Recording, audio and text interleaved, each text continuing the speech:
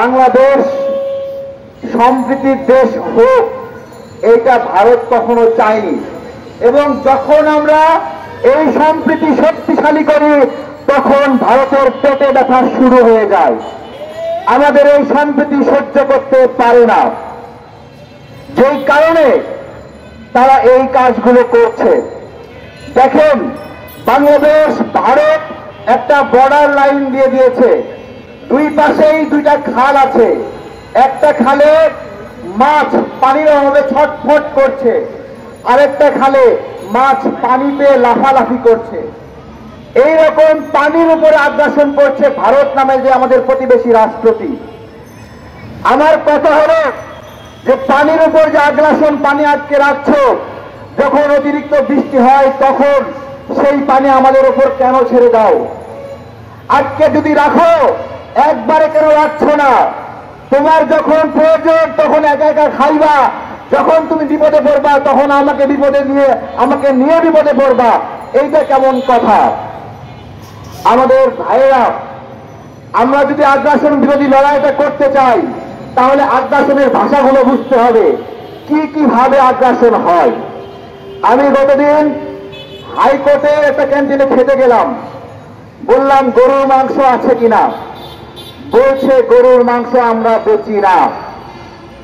আপনাদেরকে একটা জিজ্ঞাসা করছি, ইউরোপ আমেরিকা যারা কিনা মুসলিম নয়, তাদের দেশে প্রত্যেকটা হোটেলে বিফ আইটেম পাওয়া যায় কিনা? এবং সেই বিফ আইটেম ইন্ডিয়ান হিন্দুরা রান্না করে কিনা? রান্না করে। শুধু ইউরোপ আমেরিকায় আমাদের হিন্দু ভাইরা বিফ আইটেম রান্না করে তা না, তারা তাদের দেশে এই বিফ আইটেম কুচি কুচি করে কেটে কেটে সারা বিশ্বে রপ্তানি করে। শুধু আমার দেশে এখানে হাইকোর্টে বলতে পারে যে গরুর মাংস আমরা বেচি না। সুতরাং এই হিন্দুত্ববাদের যে ভূত, সেই ভূতটা এই হাইকোর্টের ভিতরে ঢুকে আছে।